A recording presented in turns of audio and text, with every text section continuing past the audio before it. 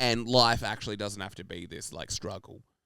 And it's like people always talk about the Matrix being bad, but how has anyone ever talked about how it's actually really nice? Sometimes I think it's great. I think this the Matrix. This is the whole reason why I hate like hippie type shit. Okay. Because we need structure. Yeah. We need states. Yes. We need things that hold us in place, and then we can kind of just do nonsense in the middle. Yeah. Yeah. And then that's the perk. There's something kind of beautiful about it as well. I've been seeing like some articles saying like people are flexing like leisure time. People are flexing the idea of like having a gather, having a bunch of friends, doing nothing. Because you know, Might be a psyop. It might be. It really might be. Because I guess you've got two different sides. You got this side of like the entrepreneur who never stops working and has like all the money. Yeah. All the best things and the best life, but he never kind of stops working. Or you have the dude that's kind of like clocked out. He's checked out a little bit. Yeah, yeah. And he's just kind of like, he's just going with the motions. He's enjoying his shows at the end of the night. Do you know what I mean? He's looking forward to that coffee that's coming up in 50 minutes. He's looking forward to that new Thai restaurant down the road he's going to go to for lunch. There's something so good about, those little things. 100%. Going... Yeah. It's nice. I don't know. I wonder if it is a better way to live. I want to try to come from an angle of like, the Matrix is good.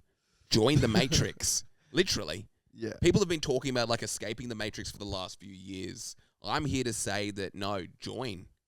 The Matrix is actually the best place to be. Yeah. Everyone who is outside of the Matrix is not happy.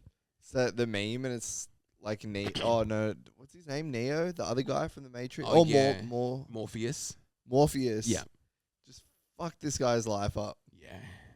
It's like, come on, bro. Please, bro. Yeah. Get out of the Matrix, bro. Yeah. It'll be really cool. We can live in a dungeon and eat slop. And that's what it is. That is the reality. Unfortunately, you get out of it. You pick no more up White some books, Lotus. You start asking some questions. No more White Lotus after you leave the Matrix, and I just want to let everyone know that. You know, it's pretty cool that Neo does this. Yeah. That's very dodges cool. the bullets. Yeah. But you have to think about the reason he's doing that. Of course. He's dodging bullets. Yeah. Do you know who isn't dodging bullets? The dude who's on his couch watching White Lotus. Yeah. He's never going to have to dodge any bullets. Yeah. He's made the right decision. Yeah. He's enjoying like the fruits of his labor, which is a day at work. Yes. Great people for the most part if he's got like a decent job. Of course, yeah. Having laughs. Probably gone for some beers. And they're all talking about, I can't, mate, I got to get home. I got to watch that episode. Yeah. Then he goes home to his wife. She's waiting for him. She's had a very similar day. She went for like, wine with the girls. Yeah. It's like, all the girls told me we have to watch it. It's like, yeah, let's do it. They both get home after having 6 or 7 drinks each. Oh my god. They both drive home. Yeah. Yeah. This is the 1980s. So it's completely chuck on White Lotus. They chuck on White Lotus. They bust out some popcorn. Yeah. We're talking about the microwavable popcorn. It tastes popcorn for a TV show is... Oh my... That's a sick move. Such a nice move. Yeah. I've wanted my whole life to get movie theater popcorn and bring it home, and I'm yet to do it. I don't know why I can't. My body won't let me do it. You'll get arrested.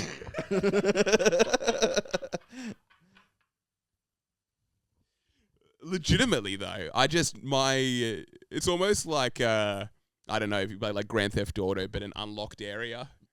And like you try to make your character go there, but he just kind of like starts walking against the wall. Yeah. And he just can't go through there. It's like, why can't I get into this movie theater? Because I want to do it at like 9:45. There's no movies on. Yeah. And I try to do it and it just never works out. I've been wanting to do this for, I will say realistically, 10 years. Holy shit. And I haven't been able to. Yeah. My body will not let me. I think one of the like actual tubs as well, not the bags. Yeah. If you can get like a tub of corn. Oh my god. And bring it home. Tub of corn. Yeah. That'd be nice. That'd be really nice. A big tub of corn. Or is it one of those things where you take it out of the situation, you're like, this kind of... It may be kind of disgusting. It's like when you're in a club and if you sneak a drink out and you're standing out on the street with that drink. Oh, okay. It's kind of like, oh yeah, my friends aren't out here anymore. I'm kind of just out here in the open. Yeah, I think the same reason why people just don't steal from buffets. Mm.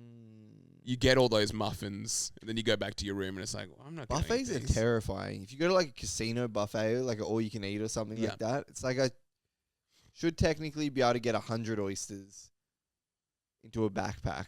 Oh, 1,000,000%. You just can't do it. You can't do it. I don't know what it is. I know when I was really young, with some family members, we tried stealing from a buffet to bring back to the room. I think it was for like my aunt or something like that. We tried to bring her back some food. Yeah. Maybe that's the only time it makes sense. If you're at the buffet stealing it for yourself, it's kind of crazy. Oh, you can kind of be Robin Hood with it. You can be Robin Hood if you know you're like, oh, we're taking it back for aunt, da-da-da-da-da. Yeah. She needs to eat, but she doesn't want to pay like the $40 for the buffet. Yeah. But it's okay. We'll all go down. We'll bring you back some stuff. Right. That's fun. But if it's just you and you're like, I'm going to steal, I don't even know. I'm going to steal. You get like a Tupperware box. It's like, I'm going to have some of this curry for tomorrow. I'm going to get that butter chicken for tomorrow. Yeah. I don't think anyone can do that. I don't think anyone's ever done that before. I know you're not meant to eat bread in a buffet either. Yeah. But every time I've ever been, the bread looks so good. So good. I don't know what It's it is. ridiculous. Pizza at a buffet. Yeah. I feel like this is like a thing. You would put a hurting on a buffet. Oh my gosh. I get nasty with a buffet. Yeah. Remember one of the last buffets I looked at? They came in with a fresh pizza. Yeah.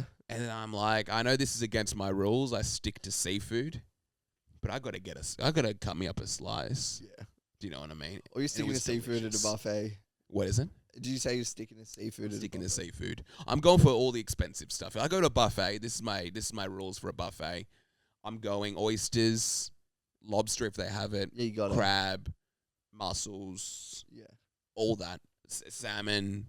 I'm getting my money's worth first. Yeah. Because it's this whole idea, I don't really usually come to a buffet for pleasure.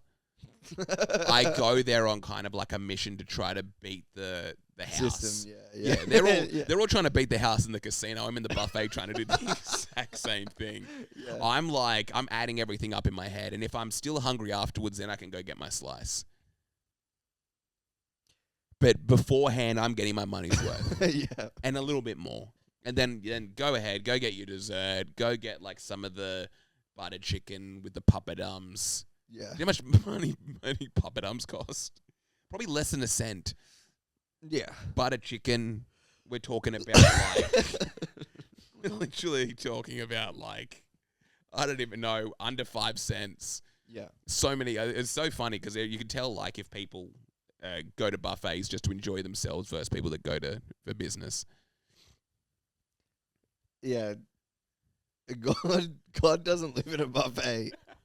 There's no God in a buffet or in a casino for that matter. There might be more God in a casino Than a buffet. Yeah. Oh, 1,000,000%. Because it's like, I remember one of the recent buffets I went to. Oh, what was it? It was a pretty expensive one. And, oh yeah, the buffet almost started as they brought out the seafood. And I remember this was like a nice buffet. Everyone was kind of dressed well. Everyone kind of ran. And I don't mean like fast walk, ran Yeah. to go get the seafood. And I saw just these people filling up their plates full of oysters, full of lobster, full of crab. It was terrifying. And it was like the first 7 people took like all the lobster. And they knew it was going to go like that. Yeah, of course. And it was the same thing whenever they restocked the lobster, the expensive stuff, people would run back. It just turns people into seagulls. It's literally nuts. How are you? How do you get down at a buffet?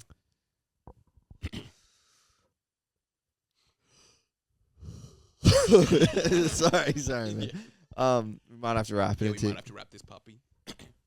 Yeah. Yeah. What am I doing at a buffet? There are so many different things that I like. Yeah. I love seafood.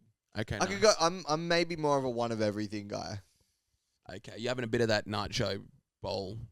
I wouldn't go for the nacho. Go like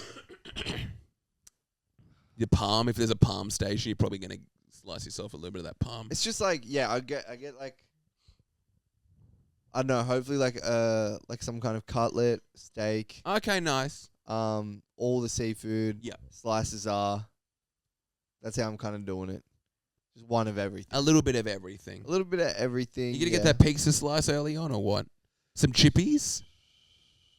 I'm like, I don't think I would be as systematic. I think the leisure, what would you call it? The luxury there, is the fact that I can just get up and get more.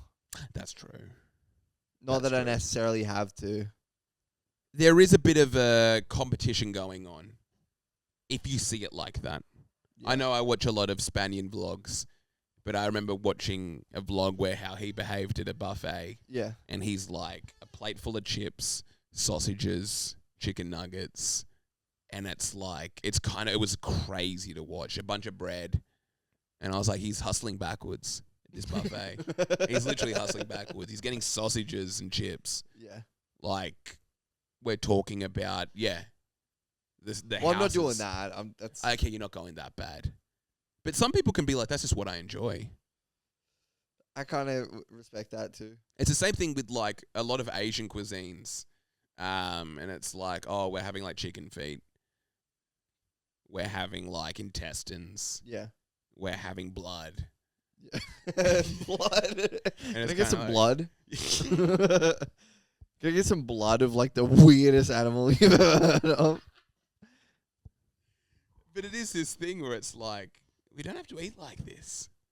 Yeah. I know you've probably like, maybe your grandparents or someone used to eat like this and they want to pass it down, but it doesn't have to happen anymore. Yeah.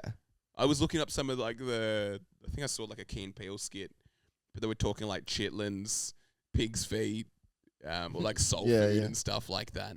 And it's crazy. Yeah. Because it is this thing where it's like, oh, it was like the leftovers. It was the stuff that like they didn't want to give the dogs. But then they turned it into like a delicacy. Surely it's more expensive to find that stuff now. It is.